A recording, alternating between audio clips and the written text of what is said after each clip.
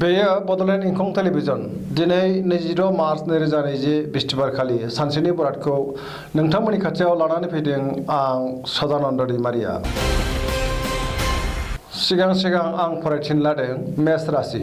दिनैनि साना जोबोर मोजां, गोसोखौ गोजोननाय मोनगोन, गोसोनि साननाया जाफुंगोन, समाजाव मान मोनगोन, सिगांनि आद्रा खामानिखौ दिनै थि समाव मावफुंनो हागोन, गुबुननि गोसोखौ बोनो हागोन, रांखावरियाव जोबोर मोजां, फालांगियाव मोजां मुलाम्फा मोननो हागोन, न'खराव खुसिनि दैमु बोहैगोन, देहाया मोजाङै थागोन, गोसोनि बोलोआ बांगोन, बिसि-फिसायनि गेजेराव अनलायनाय फैगोन, सिगाङाव सोरजोंबा एना-एनि दंमोनब्ला दिनै बे एना-एनिया जोबस्रांलांगोन।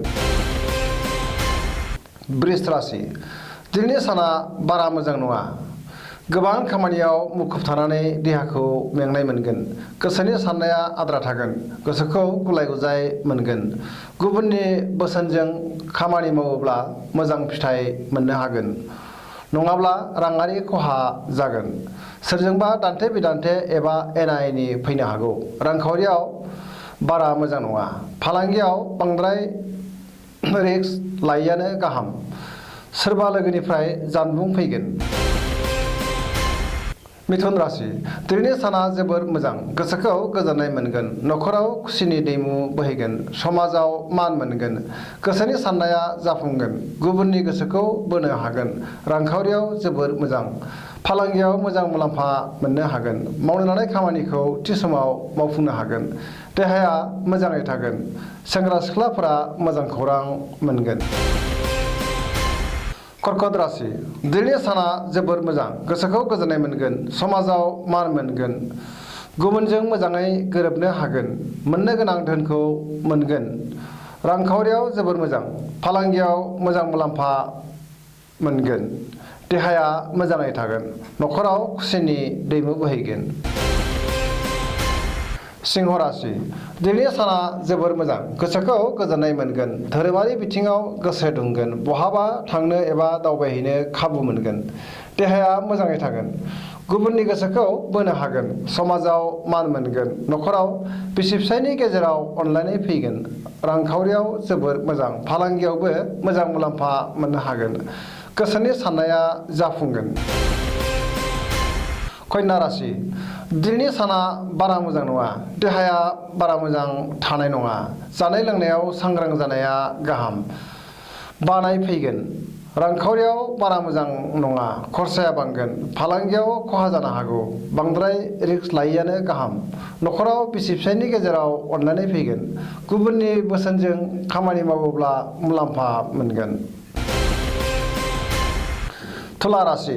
दिनैनि साना जोबोर मोजां, मोनफ्रोमबो खामानिखौ थि समाव मावफुंनो हागोन, बहानिफ्रायबा मोजां खौरां मोनगोन, गोसोखौ गोजोननाय मोनगोन, देहाया मोजाङै थागोन, बिसि-फिसायनि गेजेराव अनलायनाय फैगोन, समाजाव मान मोनगोन, रांखावरियाव जोबोर मोजां, फालांगियाव मोजां मुलाम्फा मोनगोन, गोसोनि साननाया जाफुंगोन, गुबुननि गोसोखौ बोनो हागोन।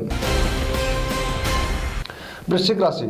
दिनैनि साना मोजां आरो गाज्रिनि गेजेरजों बाबेनलांगोन, गोसोखौ गुलाय-गुजाय मोनगोन, समखौ ओरैनो थांहोगोन, रांखावरियाव जोबोर मोजां, फालांगियाव मोजां मुलाम्फा मोनगोन, अदेबानि नाङा-फाङा खरसाबो जानो हागौ, देहाया बारा मोजां थानाय नङा, लोरबां जागोन, न'खराव अनलायनाय फैगोन, गुबुननि बोसोनजों खामानिखौ मावोब्ला मुलाम्फा मोनगोन, सोरबाया मेगन साखोमागोन। धनु राशि। दिनैनि साना जोबोर मोजां, गोसोनि बोलोआ बांगोन, साननाया जाफुंगोन, गुबुनखौ हेफाजाब होनानै गोसोखौ गोजोननाय मोनगोन, गोसोनि साननाया जाफुंगोन, बहानिफ्रायबा मोजां गोबां धोन मोनगोन, रांखावरियाव जोबोर मोजां, फालांगियाव मोजां मुलाम्फा मोननो हागोन, न'खराव खुसिनि दैमु बोहैगोन, देहाया मोजाङै थागोन, समाजाव मान मोनगोन, गुबुननि गोसोखौ दिनै बोनो हागोन। मकर राशि। दिनैनि साना बारा मोजां नङा, गोबां खामानियाव मुखुब थानानै देहाखौ मेंनाय मोनगोन, सोरनिबा सायाव रागा जोंफ्लांनो हागौ, गोसोखौ गुलाय गुजाय मोनगोन। न'खराव बिसि फिसायनि गेजेराव एना एनि फैनो हागौ। रांखावरियाव जोबोर मोजां होनजायो। अदेबानि खरसायाबो बांगोन। फालांगियाव मोजां मुलाम्फा मोनगोन। हाखु दाखुयै जेबो थांखि लायैआनो गाहाम। कुम्भ राशि दिनैनि साना मोजां आरो गाज्रिनि गेजेरजों बाबेनलांगोन। गोसोखौ आइखां बायखां मोनगोन। सोरबा लोगोजों एना एनि फैनो हागौ। मावनो लानाय खामानिखौ मावफुंनो हागोन। गोसोनि साननाया जाफुंगोन। रांखावरियाव जोबोर मोजां। फालांगियाव मोजां मुलाम्फा मोननो हागोन। बहाबा दावबायहैनांगौब्ला दिनै दोनथ'नायानो मोजां। खहा जानो हागौ। देहाया मोजाङै थागोन। समाजाव मान मोनगोन। मीन राशि दिनैनि साना बारा मोजां नङा। गोखा गोखै बुंनानै सोरजोंबा गाज्रि मोनजागोन। सिगांनि थांखांनाय बाथ्राखौ बुंब्ला न'खराव बिसि फिसायनि गेजेराव एना एनि फैनो हागौ। गोबां खामानियाव मुखुब थानानै देहाखौ मेंनाय मोनगोन। रांखावरियाव जोबोर मोजां। अदेबानि खरसाया बांगोन। फालांगियाव मोजां मुलाम्फा मोननो हागोन। गोसोखौ गुलाय गुजाय मोनगोन।